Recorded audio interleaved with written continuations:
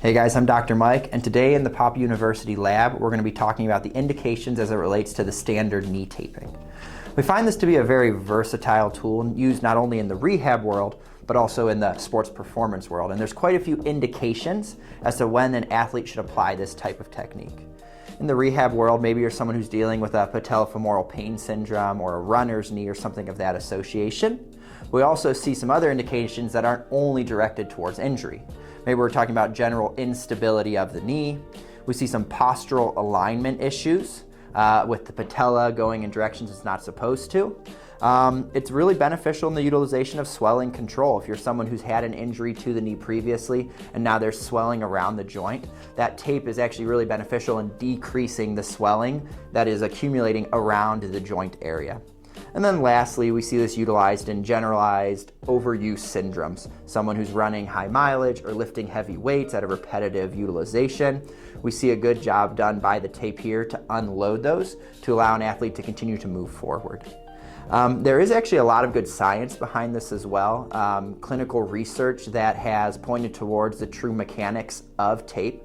When we're talking about the utilization of tape at the knee, to get really specific, we find three major effects that show up. The first is going to be known as the mechanical effect.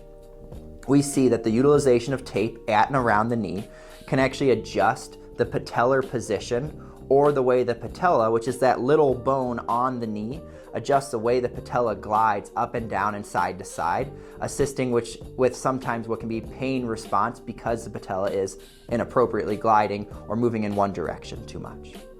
We see a huge response to a neurologic effect as well. What we're talking about there is that by using the tape, we can actually increase the utilization and activation of the musculature that supports the knee, that being everything at the quad as well as everything at the glute. And then lastly, there's a pain or a sensory input effect. We see that there's a decrease in pain response because of the increased proprioceptive cueing or awareness of the body that the tape brings to the user. Let's dive into the demonstration on how to use this standard knee taping. So in order to complete this taping method, you're going to need 3 pieces of tape, as we're going to demonstrate right here. You're looking for those 3 pieces. You're going to have 2 longer pieces and 1 shorter piece.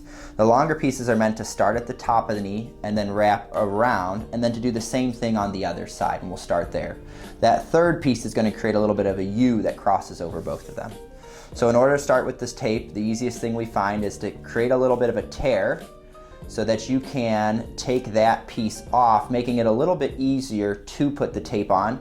You can even fold that top layer down a little bit just to make it a little bit easier to spread the tape. You're going to go right above the kneecap, starting on the outside of the knee. Make sure you press that tape down so it creates a nice anchor point. Then taking the tape, you're going to drop it down around the knee, and then you're going to work it to back into the center of, but underneath that patella, having a little bit of space where it's actually going to cross to the inside portion of the knee. That's absolutely appropriate. In order to activate the tape, you can give a little bit of friction, rubbing your finger over top of it. That'll allow that tape to start activating appropriately. We're going to repeat the same thing on the other side. Again, making a split right here, folding back that layer just to make it a little bit easier to set, tearing away.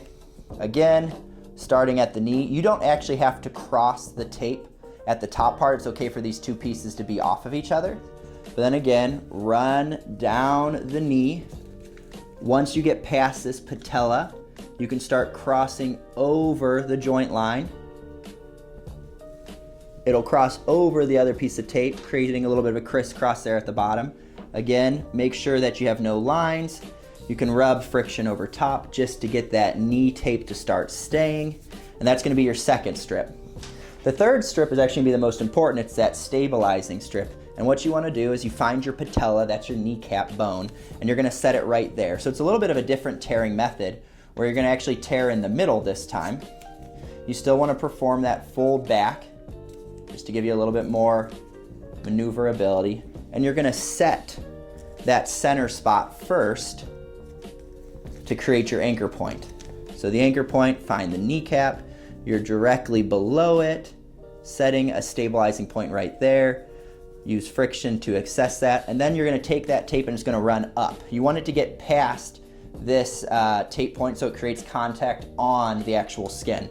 So as you're taking it away, not a lot of stretch, but working our way up and then getting beyond that other piece of tape so it creates tension and adheres to the actual skin. And then we're gonna do the same thing on this, creating that angle up, bringing up past the other piece of tape, creating that stabilizing spot to provide good stability for that knee patella, trying to create some stability right in the angle of that knee. This is going to be the standard setup for the typical and standard knee taping method.